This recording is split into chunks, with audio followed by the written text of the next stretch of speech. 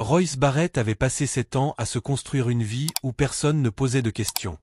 Il travaillait dans une pension perdue au milieu de nulle part, gardait profil bas et ne parlait jamais de ses origines.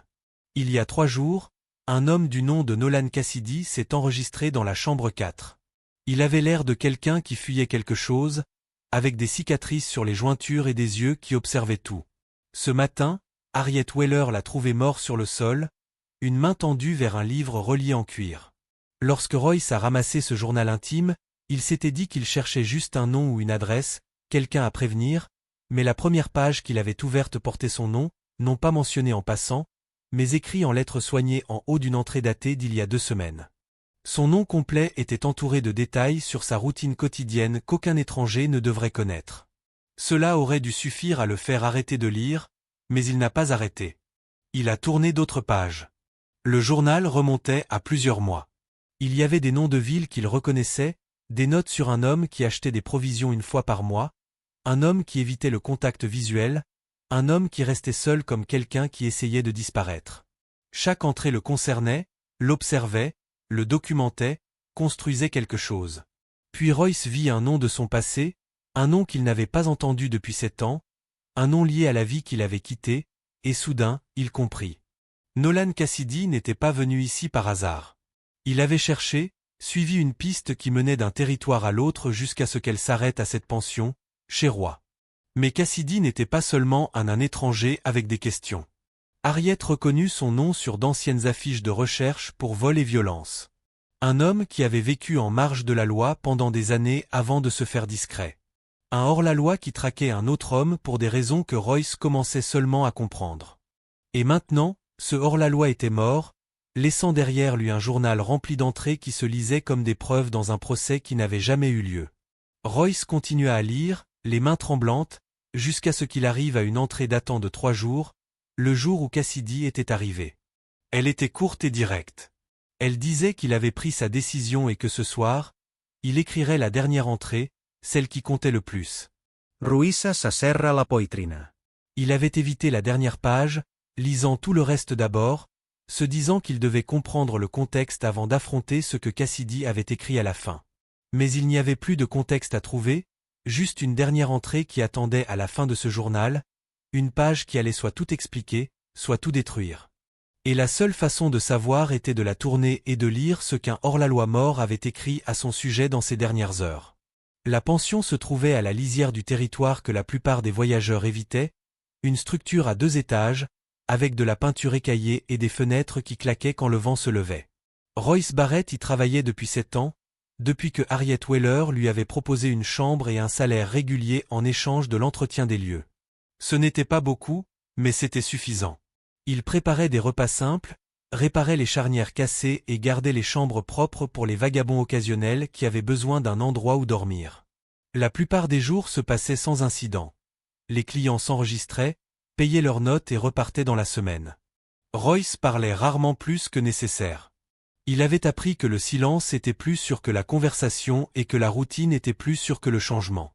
Chaque matin, il se réveillait avant l'aube pour allumer le feu dans la cuisinière. Lorsqu'Harriet descendait, le café était prêt et le pain cuisait. C'était une vie dépourvue de surprises, et c'était exactement ce que Royce voulait. Il y a 3 jours, ce rythme a été rompu. Un homme est arrivé à pied juste avant le crépuscule, portant une sacoche en cuir usé et une gourde. Il était grand et mince, avec des cheveux noirs qui tombaient sur son col. Ses mains portaient de vieilles cicatrices, celles que l'on se fait en se battant ou en travaillant avec des outils rugueux. Il avait quelque chose de buriné, comme s'il avait passé des années à mener une vie difficile et à se déplacer rapidement. Quand il parlait, sa voix était calme mais avait du poids. « J'ai besoin d'une chambre pour 1 semaine. » Harriet l'observa puis lui indiqua le prix. L'homme sortit des pièces de monnaie de sa poche sans hésiter et les posa sur le comptoir. Il signa le registre d'une écriture assurée, Nolan Cassidy. Harriet fixa le nom un peu plus longtemps que d'habitude, les sourcils légèrement froncés. Cassidy, répéta-t-elle. J'ai déjà entendu ce nom. Nolan ne dit rien. Il prit simplement sa sacoche et attendit. Royce porta la sacoche à l'étage, dans la chambre 4, et la posa sur le lit. Nolan le suivit, ses bottes résonnant lourdement sur les marches en bois. Lorsque Royce se retourna pour partir, il sentit le regard de l'homme intense et scrutateur. Ce n'était pas le regard désinvolte d'un voyageur, mais celui de quelqu'un qui avait attendu ce moment pendant les 2 jours suivants. Nolan Cassidy quitta à peine sa chambre. Il descendait seulement pour les repas. Il mangea sans parler et remonta lorsque Royce l'aperçut debout près de la fenêtre du 2e étage, regardant vers le bas, dans la cour où Royce coupait du bois. Leurs regards se croisèrent un instant et Nolan ne détourna pas les yeux. Une autre fois, Royce le surprit sur le porche, au crépuscule, un petit livre ouvert sur les genoux, écrivant quelque chose avec soin.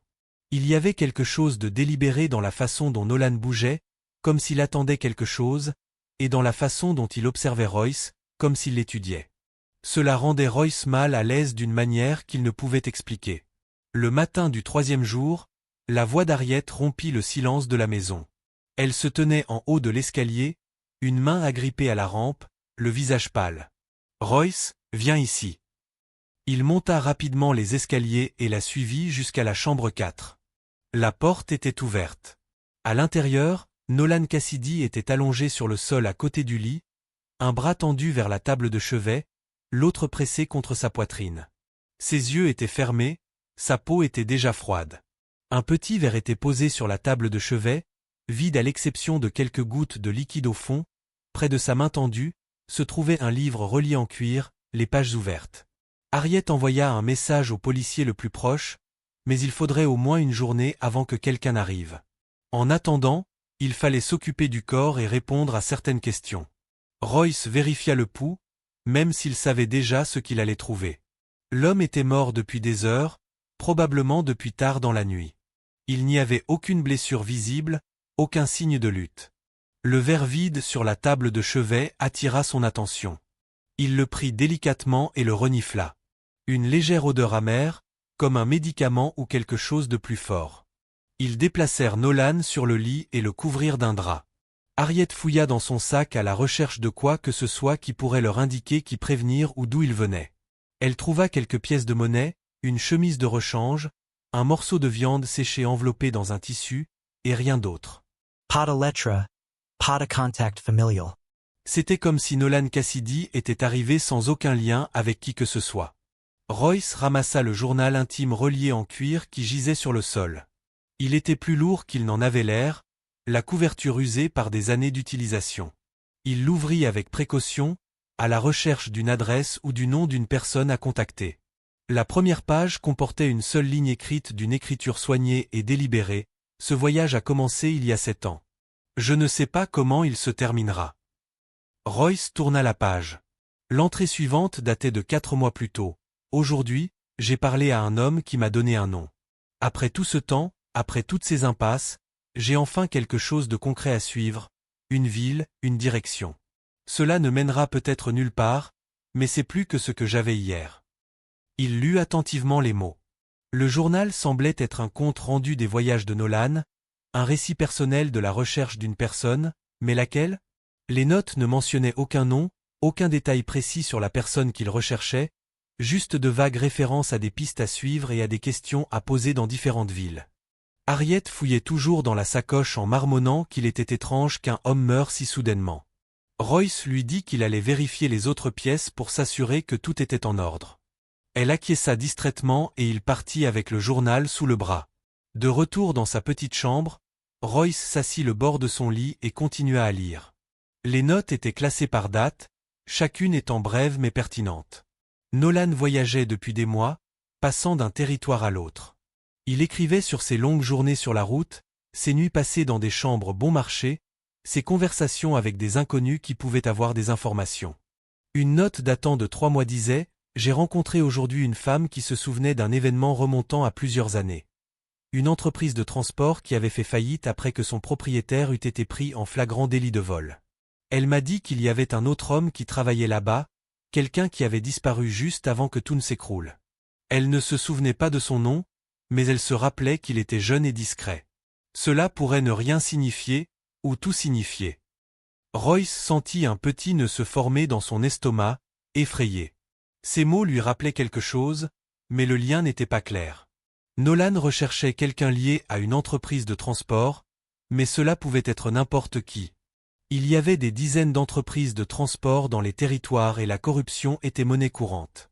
Il continua à lire d'autres notes sur les voyages, d'autres références vagues à l'homme que Nolan recherchait, mais rien de précis, rien qui désignait quelqu'un en particulier. Le journal ressemblait aux notes d'un détective, avec des observations minutieuses mais sans conclusion. Puis il trouva une entrée datant de 6 semaines qui le fit s'arrêter. J'ai réduit le champ des possibilités à 3 endroits possibles, des petites villes où un homme pourrait disparaître et recommencer à zéro. Je vais me rendre dans chacune d'elles s'il est toujours. S'il est encore en vie, je le retrouverai, et quand je l'aurai fait, j'aurai enfin les réponses dont j'ai besoin. Royce ferma le journal et le posa sur la table. Nolan était à la recherche de quelqu'un depuis 7 ans, quelqu'un qui avait disparu et recommencé une nouvelle vie. Cette idée le troublait, même s'il ne savait pas exactement pourquoi. Des hommes disparaissaient tout le temps dans les territoires, recommençaient une nouvelle vie sous un autre nom, dans des endroits où personne ne posait de questions. C'était une histoire assez courante, mais quelque chose dans l'intensité des paroles de Nolan. Les années de recherche suggéraient que c'était personnel, que ce n'était pas seulement de la curiosité, mais quelque chose qui comptait profondément. Royce ne put dormir cette nuit-là. Le journal était posé sur la petite table à côté de son lit, sa présence pesante même lorsqu'il ne le regardait pas. Chaque fois qu'il fermait les yeux, il revoyait ces mots. Justice, confrontation, un homme qui avait changé de nom. Nolan Cassidy était venu ici dans un but précis et maintenant il était mort avant de l'avoir accompli. Cela aurait dû être un soulagement, mais au contraire, il avait l'impression que son « suspendu dans l'air » attendant de s'effondrer. Il alluma la lampe et ouvrit à nouveau le journal, le lisant cette fois plus attentivement.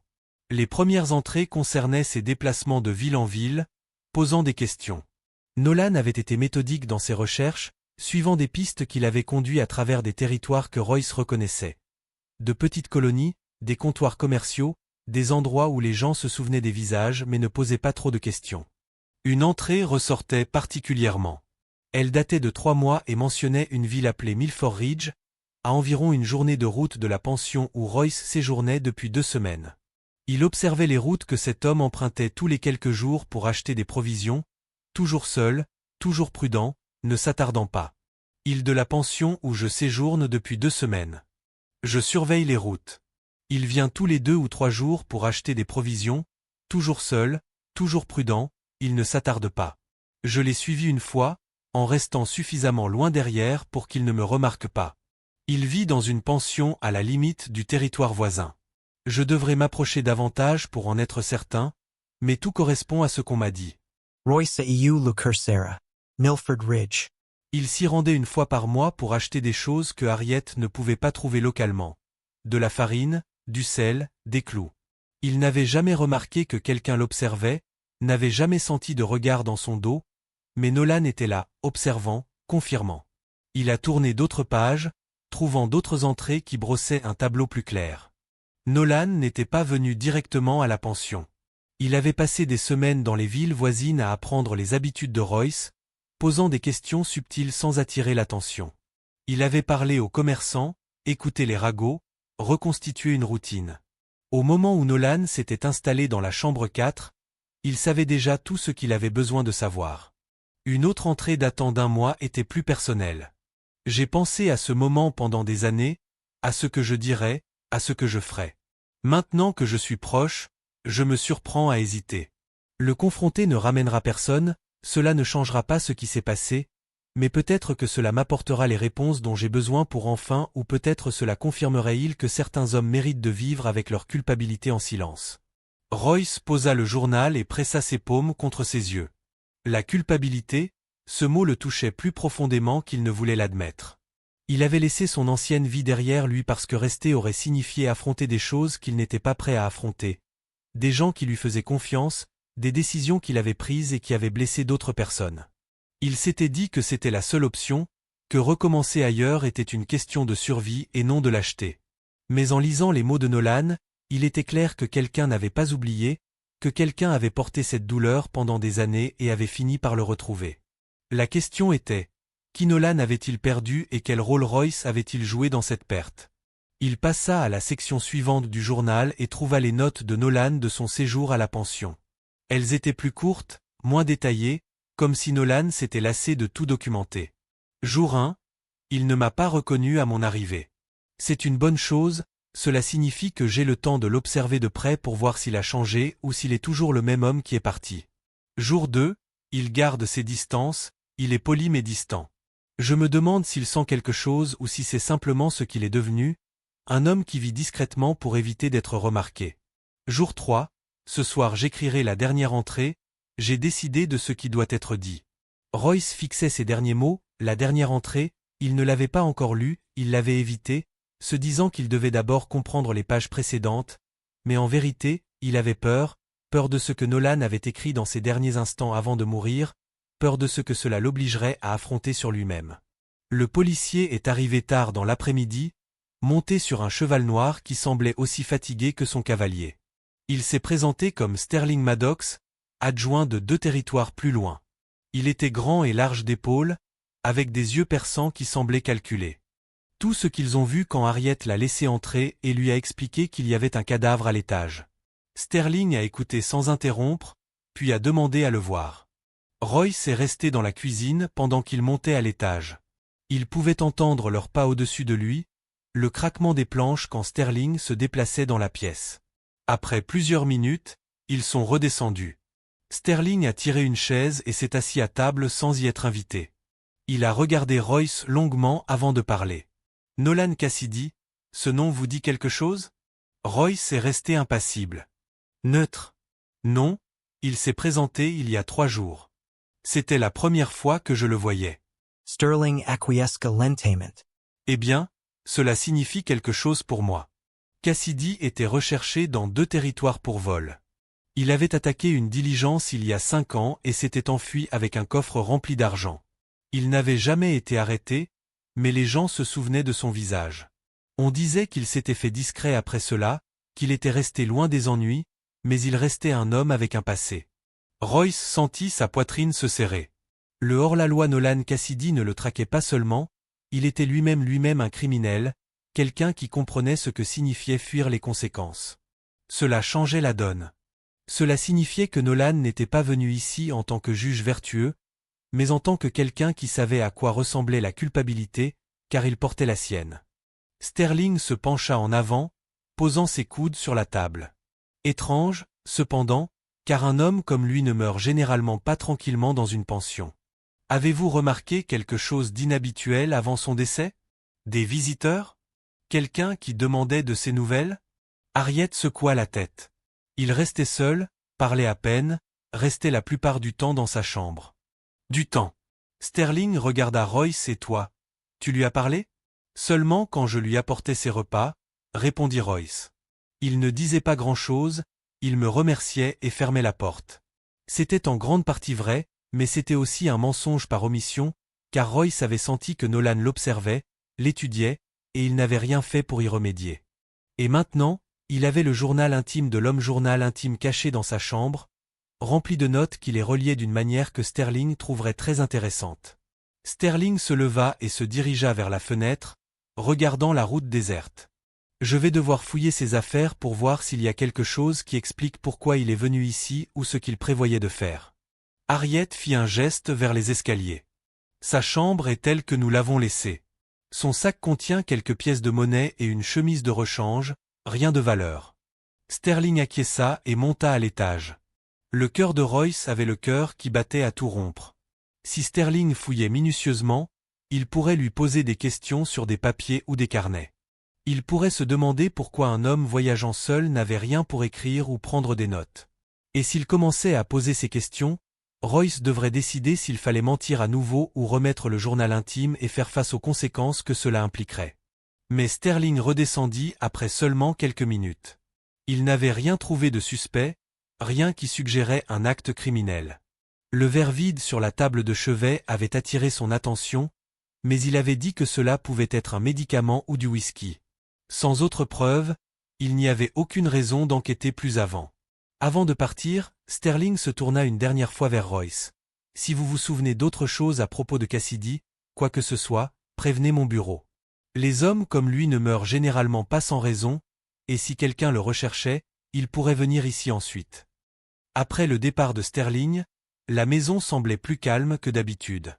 Harriet se coucha tôt, épuisée par le stress de la journée. Roy resta seul dans sa chambre, le journal intime posé sur la table devant lui. Il avait évité les dernières pages assez longtemps, il était temps de voir ce que Nolan avait écrit avant de mourir, temps d'affronter la vérité qui l'attendait là. Il ouvrit les dernières entrées, les mains tremblantes, et commença à lire. Royce ouvrit le journal aux entrées de la dernière semaine de Nolan. L'écriture était moins régulière que dans les pages précédentes, comme si elle avait été écrite d'une main tremblante ou dans une lumière tamisée. La première entrée datait de 5 jours avant la mort de Nolan. J'ai passé 2 mois dans cette région, allant d'une ville à l'autre, observant et attendant. Je pensais que le retrouver m'apporterait des éclaircissements, mais au contraire, cela n'a fait que soulever davantage de questions. Que lui dirai-je lorsque je le confronterai enfin? Que peuvent accomplir les mots après 7 ans? Certaines blessures ne peuvent être guéries par la conversation, certaines dettes ne peuvent être remboursées par des excuses. Roy sented sa gorge ser. Nolan se demandait quoi faire une fois ses recherches terminées. Le journal indiquait clairement qu'il s'agissait d'une affaire profondément personnelle, liée à un événement survenu 7 ans auparavant, qui avait laissé des blessures suffisamment profondes pour pousser un homme à passer des années à chercher des réponses. Il tourna la page. La note suivante était plus précise. J'en ai appris davantage sur la société de transport aujourd'hui. J'ai parlé à un homme qui y a brièvement travaillé avant sa faillite. Il m'a dit que le propriétaire avait été arrêté pour fraude et vol, mais qu'il y avait un autre employé, qui savait ce qui se passait et n'a rien dit lorsque les enquêteurs sont venus poser des questions. Cet employé a disparu, a changé de nom, s'est volatilisé complètement. Ma source ne se souvenait pas du nom qu'il utilisait à l'époque. Seulement qu'il était jeune et discret et semblait être quelqu'un qui ne voulait pas causer de problème, le genre d'homme qui aurait observé une injustice et se serait convaincu que le silence n'était pas synonyme de participation. Roy posa le journal intime et se leva pour se diriger vers la fenêtre. Ses mains tremblaient. Une entreprise de transport qui avait fait faillite 7 ans auparavant, un employé qui avait disparu, quelqu'un de jeune et calme qui avait vu des choses répréhensibles et n'avait rien dit. La description n'était pas exacte, mais elle était suffisamment proche pour lui serrer le cœur. Il y a 7 ans, il s'appelait Thomas Garrett et travaillait pour une entreprise de transport dans les territoires de l'Est. Le propriétaire volait les clients en remplaçant les marchandises de valeur par des produits bon marché et empochait la différence. Thomas le savait, il avait vu les registres falsifiés, entendu les mensonges racontés aux clients, mais il était resté silencieux, car parler lui aurait coûté son emploi et peut-être plus encore. Lorsque les enquêteurs sont finalement, Thomas était parti dans la nuit sans se retourner. Il s'était dit qu'il n'était pas responsable des actes du propriétaire, qu'il avait agi ainsi pour survivre. Mais maintenant, en lisant les mots de Nolan, cette justification lui semblait creuse. Il avait participé à ces agissements, non pas en volant activement, mais en permettant que cela se produise par son silence. Royce reprit le journal, les mains encore tremblantes. Il avait besoin d'en savoir plus, de comprendre les conséquences de son silence. La prochaine entrée datait de 4 jours avant la mort de Nolan. J'ai parlé à quelqu'un qui avait tout perdu à cause de cette compagnie de transport, une famille qui avait payé pour des marchandises qui n'étaient jamais arrivées. L'argent qu'ils avaient économisé pendant des années avait disparu. Le père avait essayé de recommencer à zéro, mais la honte et les dettes étaient trop lourds. Il s'est suicidé 6 mois plus tard. Son frère cherche depuis lors l'homme qui aurait pu empêcher cela, l'homme qui a regardé la scène se dérouler sans rien faire. Ces mots frappèrent Royce comme un coup physique. Un homme qui s'était suicidé à cause de l'argent volé par la compagnie pour laquelle Thomas travaillait, un frère qui cherchait depuis 7 ans. Les pièces du puzzle s'assemblaient maintenant pour former une image qu'il ne voulait pas voir, mais qu'il ne pouvait plus éviter. Nolan avait perdu quelqu'un à cause de ce qui s'était passé dans cette entreprise de transport, et il estimait que l'homme qui était resté silencieux était en partie responsable. Mais le journal ne mentionnait toujours pas directement Thomas Garrett. Il ne disait toujours pas avec certitude que Royce était l'homme que Nolan recherchait. Il y avait encore une place pour le doute, aussi minime soit-il. Peut-être que Nolan recherchait quelqu'un d'autre. Peut-être que tout cela n'était qu'une terrible coïncidence. Royce passa à l'entrée suivante, datée de 3 jours avant la mort de Nolan. Demain, je vais m'enregistrer à la pension. Je l'ai observé assez longtemps de loin, il est temps de le voir de près, de le regarder dans les yeux et de savoir avec certitude s'il est l'homme que je recherche. Et s'il l'est, je devrais décider ce que signifie la justice après tout ce temps, si la confrontation apportera la paix ou seulement plus de souffrance à toutes les personnes concernées. Royce ferma le journal et le serra contre sa poitrine. La description lui correspondait trop pour être une coïncidence, la chronologie correspondait aux détails concordés. Nolan était venu dans cette pension spécialement pour le voir de près, afin de confirmer ses soupçons avant de décider de la suite à donner, puis il était mort avant de prendre cette décision, ne laissant derrière lui que ce journal et la terrible question de savoir ce qu'il avait l'intention de faire. Le matin arriva, mais Royce n'avait pas dormi. Il était assis à la table de sa chambre, le journal fermé devant lui, le fixant comme s'il pouvait en quelque sorte révéler ses secrets sans qu'il ait à lire les dernières entrées. Le lien entre les recherches de Nolan et son propre passé était trop étroite pour être ignoré. La compagnie de transport, la chronologie, la description d'un homme qui restait silencieux pendant que les autres souffraient, tout cela désignait Thomas Garrett, lui, mais il n'y avait toujours pas de preuve absolue. Le journal ne le nommait pas directement, il ne mentionnait ni Thomas Garrett ni Royce Barrett dans les pages qu'il avait lues jusqu'à présent. Il y avait encore une chance, aussi minime soit-elle, que Nolan ait cherché quelqu'un d'autre, que tout cela ne soit qu'une terrible série de coïncidences qui coïncidaient avec le passé coupable de Roy. Un coup à la porte le tira de ses pensées. La voix de Harriet se fit entendre, calme mais pressante. « Royce, tu dois descendre, quelqu'un est là pour Cassidy. » Il glissa le journal sous son oreiller et ouvrit la porte. Harriet avait l'air inquiète, ses mains tordaient le bord de son tablier. « Qui est-ce ? » ?»« Une femme, dit-elle. Sa sœur veut savoir ce qui s'est passé. » Royce sentit son estomac se nouer. Une sœur, un membre de la famille, quelqu'un qui pourrait savoir ce que Nolan cherchait. Il suivit Harriet en bas, essayant de garder une expression neutre malgré l'anxiété qui montait en lui. La femme se tenait près de la fenêtre dans la pièce principale. Elle était grande et mince, avec des cheveux noirs tirés en arrière, et lorsqu'elle se retourna, Royce put voir la ressemblance. Les mêmes yeux perçants, la même façon de retenir la tension dans ses épaules. Elle l'observa longuement avant de parler. « Vous travaillez ici ? » ?»« Oui, j'aide à gérer l'établissement. » Elle acquiesça lentement. « Mon frère s'est enregistré il y a 3 jours. Je suis venu dès que j'ai appris son décès. Je dois voir ses affaires et savoir s'il a dit quelque chose avant de mourir. » Il gardait tout pour lui, Royce répondit prudemment. Il ne parlait pas beaucoup, il restait dans sa chambre. Ses affaires sont à l'étage, Harriet peut vous les montrer. Ses yeux se plissèrent légèrement. Mon frère ne voyageait pas léger quand il s'agissait de conserver des archives. Il notait tout, gardait des notes détaillées sur ses voyages et les personnes qu'il rencontrait. Si ces papiers ne sont pas avec ses affaires, je dois savoir où ils sont. Royce sentit son pouce accélérer.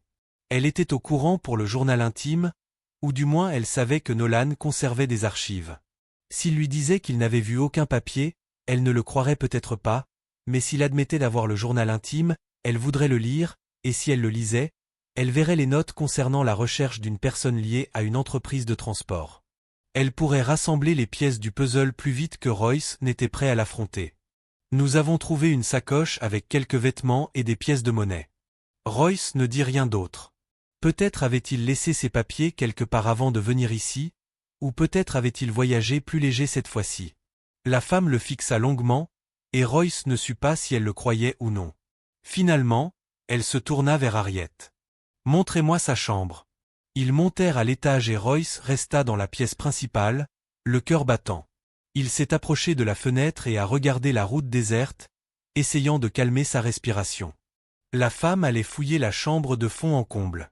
Quand elle ne trouverait rien, elle commencerait à poser d'autres questions, et ces questions finiraient par la mener au journal caché sous son oreiller. Après plusieurs minutes, ils sont redescendus. La femme avait l'air frustrée, mais pas ouvertement méfiante. Elle a remercié Harriet pour son temps, puis s'est tournée à nouveau vers Royce. « Mon frère est venu ici pour une raison. Il cherchait quelqu'un depuis des années, quelqu'un lié à quelque chose qui s'était produit il y a longtemps. Si vous vous souvenez de quelque chose qu'il a dit, de nom qu'il a mentionné, j'aimerais le savoir. » Royce garda une voix calme. Comme je l'ai dit, il n'a pas beaucoup parlé pendant son séjour ici, il est resté discret. Elle scruta son visage pendant un long moment, puis hocha la tête et se dirigea vers la porte, mais avant de partir, elle s'arrêta et se retourna. Mon frère croyait qu'il fallait terminer ce qu'on avait commencé. S'il est venu ici, cela signifie que sa recherche était terminée, qu'il a trouvé la personne qu'il cherchait, et si cette personne est toujours dans les parages, j'ai l'intention de la trouver. Après son départ, Royce resta près de la fenêtre à la regarder s'éloigner. Ces paroles résonnaient dans son esprit. Il avait trouvé ce qu'il cherchait. Cela signifiait que Nolan en était certain. Cela signifiait que les notes du journal n'étaient pas des spéculations ou des soupçons, mais des confirmations. Et quelque part dans les dernières pages que Royce n'avait pas encore lues se trouvait la preuve qui relierait tous les éléments. Ce soir-là, il ressortit le journal. Il ne restait plus que quelques pages. Les notes des 2 derniers jours de Nolan, 2 derniers jours de Nolan, puis la dernière page, celle qui allait soit confirmer ses pires craintes, soit prouver qu'il avait eu tort de s'inquiéter. Il l'avait évité assez longtemps. Quelle que soit la vérité qui y était écrite, il devait y faire face. Royce alluma la lampe et ouvrit le journal à la page des entrées du dernier jour de Nolan. L'écriture était moins régulière qu'auparavant, comme si elle avait été écrite à la hâte ou d'une main tremblante. La première entrée était datée du matin du jour où Nolan était mort. Je me suis réveillé avant l'aube et j'ai passé 1 heure assis près de la fenêtre à regarder le soleil se lever. Je porte ce poids depuis si longtemps que j'ai oublié ce que c'est que de respirer sans qu'il m'oppresse la poitrine. Aujourd'hui, je vais prendre une décision. Soit je le confronte et j'exige des réponses, soit je laisse tomber et je m'en vais. Les 2 options me semblent impossibles. Royce sented sa gorge esse serrer. Nolan avait été tiraillé entre le besoin de justice et l'épuisement d'avoir porté sa colère pendant 7 ans. Il tourna la page. La note suivante était plus courte, écrite vers midi. Je l'ai vu dans la cour ce matin, en train de couper du bois. Il bouge comme un homme qui a oublié comment se reposer. Peut-être que la culpabilité fait ça. Peut-être qu'elle vous épuise jusqu'à ce qu'il ne reste plus que la routine et le silence. Une partie de moi veut descendre et lui demander s'il pense parfois aux gens.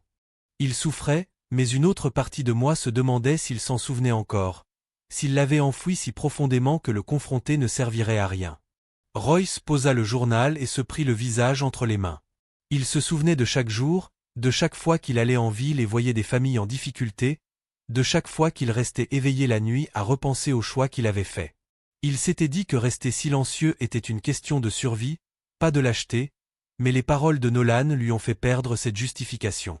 Il avait été lâche et des gens avaient souffert à cause de cela. Il reprit le journal. La prochaine entrée datait de la fin de l'après-midi. J'ai pris ma décision. J'ai apporté des médicaments avec moi quand je suis venu ici, quelque chose pour m'aider à dormir quand les cauchemars deviennent trop pénibles, mais je les ai gardés, en augmentant la dose à chaque fois. Ce soir, j'en prendrai suffisamment pour être sûr de ne pas me réveiller, non pas parce que j'abandonne, mais parce que je suis fatigué, fatigué de chercher, fatigué d'être en colère, fatigué de porter un fardeau qui ne pourra jamais être remboursé. Mon frère est parti. Affronter l'homme qui a laissé cela arriver ne le ramènera pas, et j'en ai assez de prétendre que ce sera le cas. Royce, les mains de Royce tremblaient. Nolan avait planifié sa propre mort. L'odeur âcre dans le verre, la façon dont il a été retrouvé, une main tendue vers le journal intime. Ce n'était pas un accident ni une crise cardiaque soudaine, c'était un choix, la fin délibérée d'une quête dont Nolan ne croyait plus qu'elle lui apporterait la paix. L'entrée continuait. Je pensais que trouver Thomas Garrett m'apporterait la paix, mais cela m'a seulement montré que la vengeance est vaine et que la justice est compliquée. Il est coupable, oui, mais il est aussi brisé à sa manière, vivant petit, se punissant plus efficacement que je n'aurais jamais pu le faire. Peut-être que cela suffit, ou peut-être que rien ne suffira jamais. Quoi qu'il en soit, j'en ai fini. J'écrirai une dernière entrée, quelque chose qu'il pourra trouver, puis je me reposerai. Royce tourna la page, mais il n'y avait rien d'autre que la dernière page, la dernière entrée, celle que Nolan avait écrite dans ses dernières heures, sachant qu'il ne vivrait pas assez longtemps pour voir le deuil. Royce la fixa, incapable de bouger.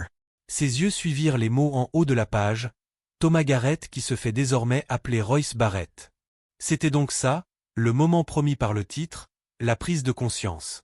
La dernière page ne parlait pas seulement de lui, elle lui était directement adressée, écrite par un homme qui savait qu'il allait mourir, un homme qui avait passé des années à chercher quelqu'un à blâmer et qui avait finalement décidé quoi dire. Royce prit une profonde inspiration et commença à lire, à Thomas Garrett, qui se fait désormais appeler Royce Barrett. Les mots frappèrent Royce comme un coup physique.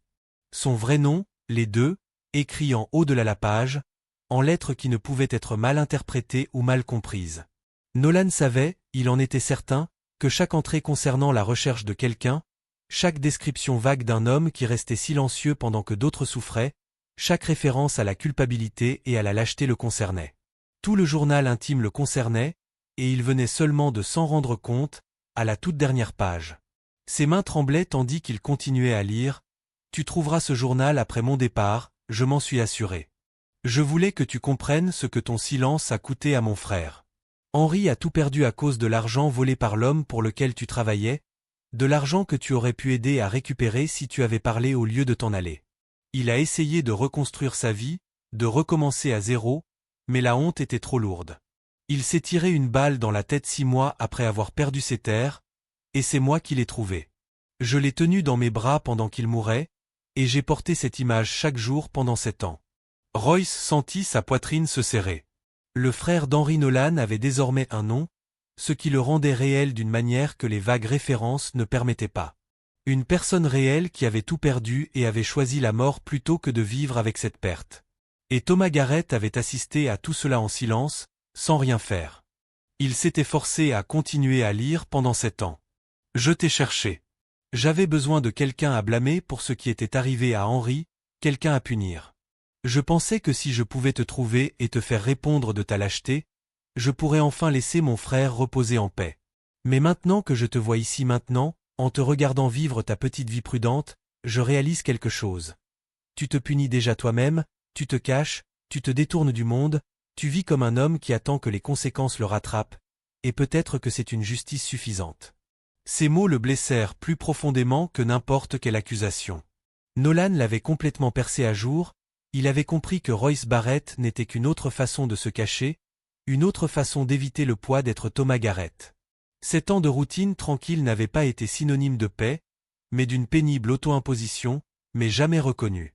Je suis venu ici avec l'intention de te confronter, de te faire me regarder dans les yeux et admettre ce que tu as fait, mais quoi?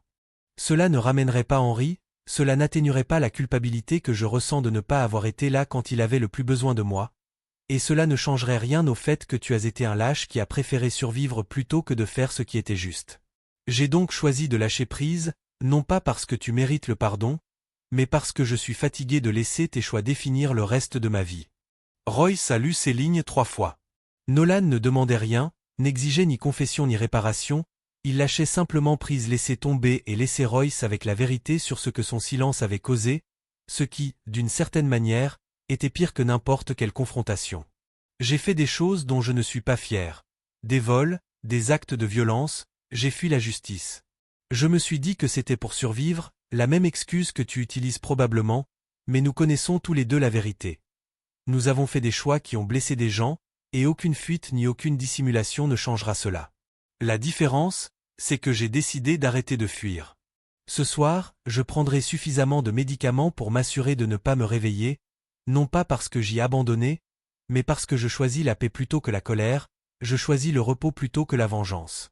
Tu vivras avec ce que tu as fait, c'est ton fardeau, et peut-être que si tu en es capable, tu trouveras un moyen de réparer tes torts, non pas en te cachant ou en gardant le silence, mais en affrontant la situation, en disant la vérité à quelqu'un qui compte, en portant ouvertement ce poids au lieu de l'enfouir. Je ne sais pas si tu as ce genre de courage, mais j'espère que oui, car vivre en tant que Royce Barrett n'effacera jamais le fait que tu étais Thomas Garrett, et Thomas Garrett a une dette qu'il ne pourra jamais rembourser entièrement. C'est la dernière chose que j'écrirai, la dernière fois que je penserai à toi, à Henri ou à tout cela. J'en ai fini, et j'espère qu'un jour, tu trouveras un moyen d'en finir toi aussi. Royce posa le journal et resta assis dans un silence complet. La révélation que tout le journal parlait de lui, que chaque entrée retraçait sa vie alors qu'il n'en avait pas conscience, le laissait exposé d'une manière qu'il n'avait jamais connue. Nolan l'avait vu tel qu'il était, avait compris sa culpabilité et sa dissimulation, et avait choisi non pas la vengeance, mais la libération, donnant ainsi à Royce le choix de ce qu'il voulait faire de cette vérité. 2 jours plus tard, Sterling Maddox revint. La soeur de Nolan. Sa sœur l'accompagnait. Elle avait trouvé dans une autre ville des documents mentionnant un certain Thomas Garrett impliqué dans une fraude commise il y a 7 ans par une entreprise de transport, et elle voulait savoir si ce nom disait quelque chose à quelqu'un à la pension. Royce les rejoignit dans la pièce principale. Il regarda Sterling, puis la femme, et sentit le poids des derniers mots de Nolan pesant sur lui. Il pouvait continuer à se cacher, continuer à être Royce Barrett et espérer qu'il ne trouve aucune preuve, ou il pouvait faire ce que Nolan l'avait mis au défi de faire. Affronter la situation et porter le poids de ses actes ouvertement. Je m'appelle Thomas Garrett, dit-il calmement. Je travaillais pour cette entreprise de transport. Je savais que le propriétaire volait et je suis resté silencieux. Des gens ont perdu de l'argent parce que je n'ai rien fait pour l'empêcher. L'un d'eux était son frère, et j'ai fui au lieu d'affronter ce que j'avais fait. Sterling écouta sans l'interrompre. Lorsque Royce eut terminé, l'adjoint acquiesça lentement. Vous devrez venir avec moi pour répondre à quelques questions officielles et voir quelles accusations peuvent encore être portées après tout ce temps. Royce accepta. Avant de partir, il prit le journal intime dans sa chambre et le tendit à la sœur de Nolan. Elle l'ouvrit à la dernière page, lut les mots adressés à Thomas Garrett, puis regarda Royce avec une expression qui n'était ni du pardon ni de la colère, mais simplement de la compréhension. Elle referma soigneusement le journal intime et s'éloigna sans un mot. Alors que Royce écrivait avec Sterling, il sentit quelque chose changer en lui, pas exactement la paix, mais quelque chose qui s'en rapprochait. Le poids était toujours là, mais il n'essayait plus de le cacher. Il avait cessé de fuir, et quelles que soient les conséquences qui l'attendaient, il les affronterait en tant que Thomas Garrett, et non en tant qu'homme prétendant porter ce nom. Si vous avez aimé cette histoire, cliquez sur la vidéo sur votre écran pour regarder un autre récit inoubliable du Far West, où les choix et les conséquences s'entrechoquent de manière inattendue. N'oubliez pas de vous abonner et d'envisager de laisser un super chat pour nous aider à vous proposer d'autres histoires comme celle-ci. Votre soutien compte énormément pour nous.